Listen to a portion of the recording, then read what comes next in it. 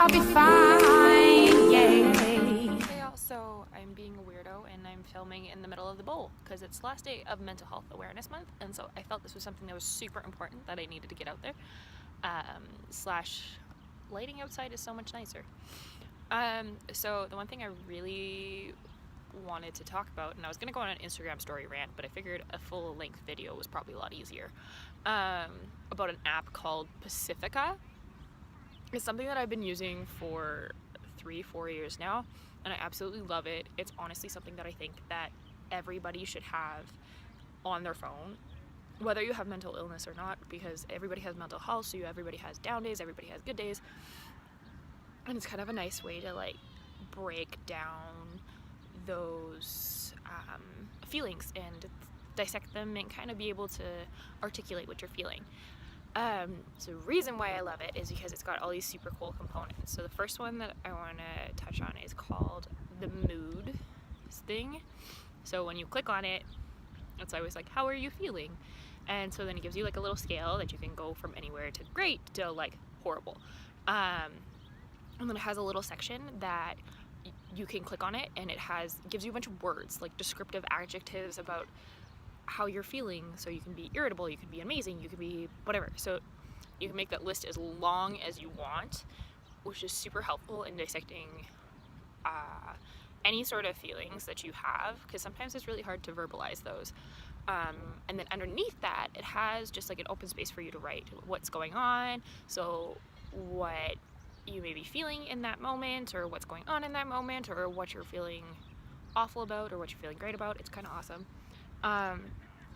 That's the one thing that I use a lot. Second thing is their health section. So they give you kind of like suggested things that you should do during a day. And there are things like drinking water, eating healthy, getting so many, like 30 minutes of exercise, hanging out with your pets, going outdoors, whatever your thing is. And there's some like additional options that you can add as well. And it's kind of a great way that when you're feeling like you're not doing very good, that you could actually enforce that, hey, you actually did pretty decent. Or if not, then it's like, hey, I got pretty close, gives me room to improve for tomorrow. Or it gives you like a different way to set your goals. The next thing, my like third absolute favorite thing about this, is their meditation section, which I know is super stereotypical to have meditation with mental illness, or just mental health in general, because it's really daunting, especially when you're first starting out. So they really simplify it to just be like deep breathing, or here's a suggested app or suggested meditation, and whether or not you want to do it or not, it's cool, totally cool. And then if you go with the like subscription, then you get access to all of them, which I have found really helpful now that I've gotten more into meditation after 4 years, when I probably should have started a long time ago. Anyways, it's totally fine. If that's not your thing, that's not your thing. Next thing that I absolutely love is their community section. So the community section gives you a bunch of different topics that you might feel stressed about, such as like relationships, school, work. I don't even remember what else there is. Or you can give us like suggestions of music or podcasts or whatever your situation is into all these different sections, and then it's all anonymous, and other people can go and comment on it, or you can comment on other people's. And it's a really cool way to feel like you're not alone without feeling like you're putting it all out there. And then what else is there? There is also a thoughts section, which I haven't found very helpful, but I'm sure other people would, is that it has 3 different versions of it. The only one I can think of right now is traps. So it gives you like, what are you thinking? Point out the words in this that are not constructive, and then build on that. Which I'm sure could be really helpful for some people. It just wasn't for me particularly.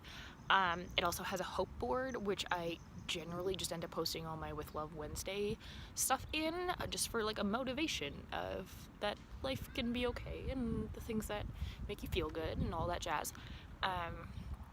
But in addition to that, if you just like scroll down on their homepage, they've got their like daily podcast suggestions, Spotify playlists, they've got a blog, they've got literally everything surrounding mental health, which is so important. And I just think it's a great resource, especially when it feels like everybody's shoving meditation down your throat when you're struggling. And sometimes just being able to express your feelings and being able to verbalize them non-verbally via technology, text, that sort of thing, is really helpful. So it is called Pacifica. I found it on the App Store. I know it's on Google Play. But yeah, go check it out, and peace out. Mental Health Awareness Night. Day, month. Obviously, we're still going to talk about it because it's important. Have fun, friends.